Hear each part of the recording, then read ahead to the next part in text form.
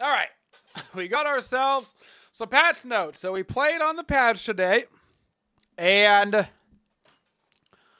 while it's hard to tell whether or not the games were super snowball today because they were just a bad set of games today. Honestly, the games have been crazy snowball for the last couple of weeks, so I really don't think it was this patch. And in general, I think that this patch is actually really nice. But anecdotally, played one day on the patch, and they were very snowball games. But let's get into it. Mid lane rework between Guardians. This is basically a giant aesthetic change. Remove the arch, remove the rope, remove the barrels. Mid lane looks a lot better now. It feels a lot better. I like what they've done with the architecture in mid. When you play the game, you'll be able to see what they've done there. But basically, they made it just a much smaller bridge across mid that you can stand on. And there's less of a height to the entire thing in mid.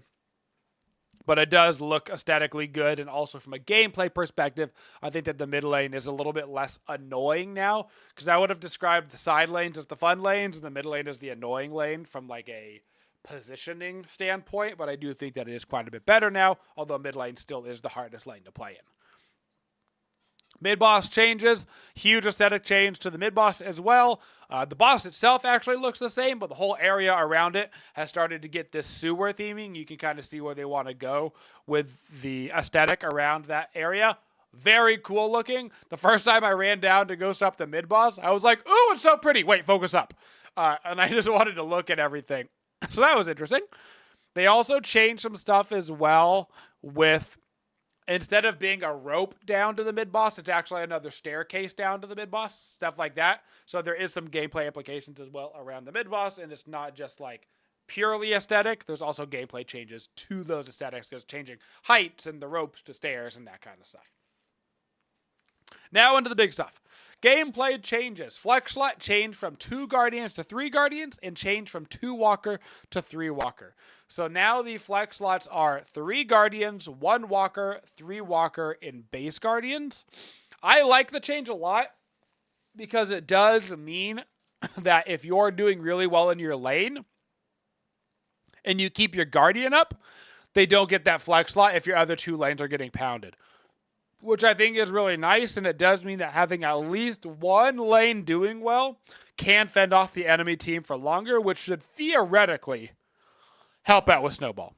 And then 2 walkers to 3 walkers, that's nice as well, and you'll also see later on that they made walkers a little bit tankier. Guardian and Walker bounty is now split between all nearby players. There is no longer a Guardians, Walkers, and Heroes no longer spawn orbs when they die. The people that hit them just get those credits. So there's no longer the mini game of soul securing outside of the minions themselves. That entire mini game is now gone from the game outside of the minions.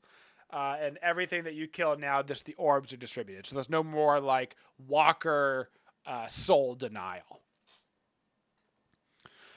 Hero kill bounty increased. This one right here, I do believe if there are any changes in this patch that are causing the snowball, I think it could be this specific change. So 250 to 1800 to 300 to 2000.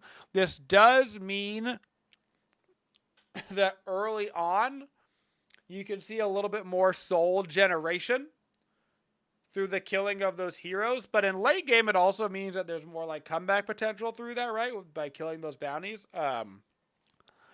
But I do think that this is leading to a little bit more swingy early game.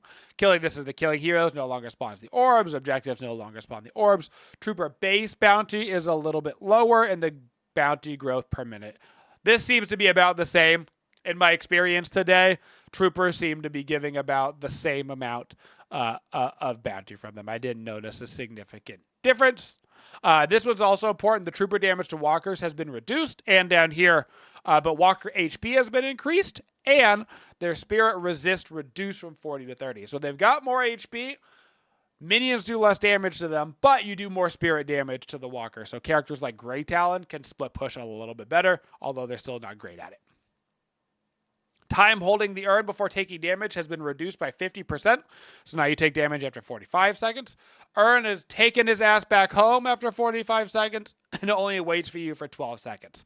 Basically, forcing you to play around the urn more quickly and less of that, like, I'm holding the urn. No. You can never have it. Now look at the comeback mechanic is off the map. Haha. So, like, you can still do that, but it's less effective now. And honestly, that strat, while meta, is super cheesy, and I don't think it adds any fun to the game, so I think that that's good. Cleaned up how boons are distributed. This is basically making it a more linear progress for how the boons are acquired, and if you've never noticed when you've gotten them before, have no fear. There's a giant pop-up on your screen now that's like, boon acquired, so it lets you know, and it's a little bit easier to understand. I'm sure that the pop-up right now is a bit of a placeholder, but it is very clear that you're getting your boon right now. So there's no more like, do I have to memorize a chart, like any of that stuff. You don't got to worry about it. That's nice. Soul Orb auto-claim radius has been reduced, so you got to be a little bit closer to the minions in order to get credit. Headshot multiplier reduced from 1.9 to 1.8. I have not noticed a difference on this. There doesn't seem to be any... I thought maybe this would take the edge off of some characters, Does not seem to have any effect. Headshots still hurt a lot. And the characters that are bullet focused still seem to be the meta right now. So no big change there. Rejuve drop. This is a big one that's messing people up today. The Rejuve now drops 1 second faster. So it was 9 seconds. Now it's 8 seconds. So there's been a lot of mid-Rejuve fights where people are waiting to punch, and it's already punchable. So be aware, 1 full second earlier. It is significant. It is noticeable. All right, on to some more balance changes. Opening rounds no longer works against objectives. Extra regen reduced from 3.5 to 3. Healing booster regen reduced from 3.5 to 3. I'll let you know if any of these have caused any significant changes to builds right now. The answer is, for the most part, no.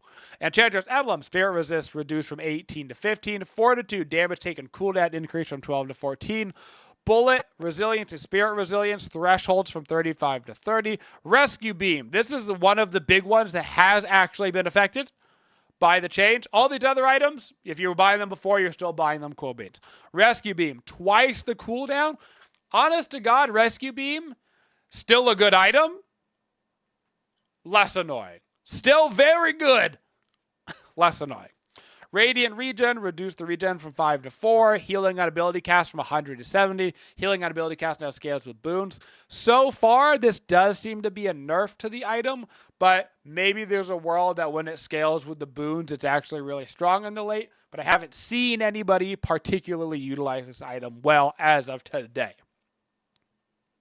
Tank Buster goes on cooldowns when it affects players. This is nice. You no longer waste it when hitting a trooper.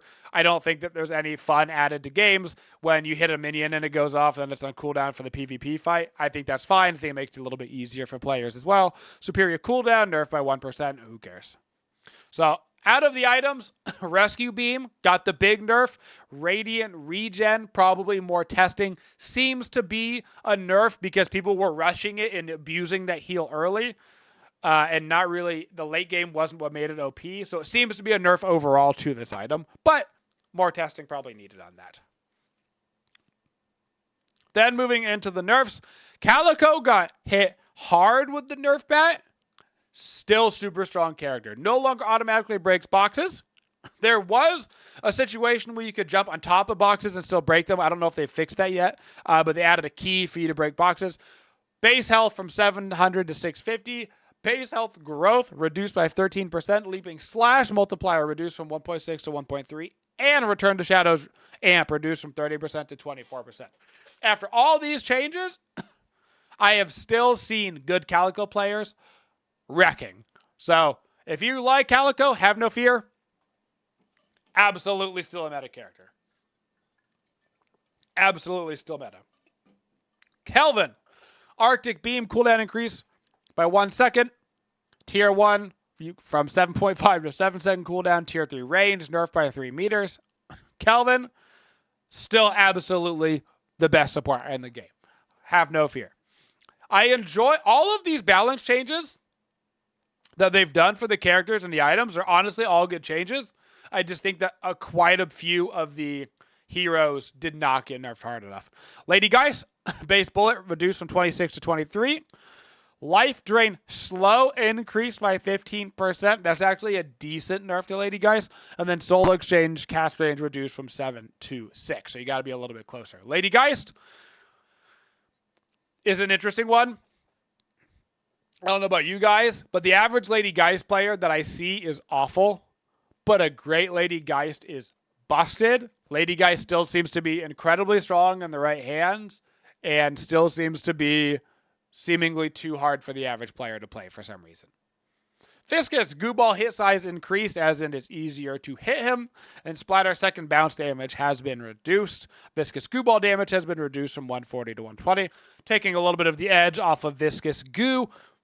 Once again, another thing that I was really only seeing problems at in high level. Low level goobers did not seem to be particularly strong, but high level goobers were a crazy problem. Warden, last stand no longer gets reduced cooldown when interrupted. Huge nerf. Last stand DPS reduced from 90 to 80. Tier 2 DPS reduced from 60 to 50. Last stand spirit skilling was increased though, unfortunately. Warden, still absolutely meta character. You're going to see a theme with all these heroes where they got nerfed and they're still meta because of how strong that they are. Finally, Wraith. Base health reduced from 700 to 650. Bullet damage growth reduced by 18%. Card trick damage reduced from 70 to 60. Card trick spirit scaling increased, which sucks for her because she doesn't really build spirit anymore. Card trick tier 3 applies a 25% slow. Full auto tier 2 reduced from 4 spirit to 3. And Wraith project mine improved her teleport so she gets stuck less. Wraith, this nerf actually hit her.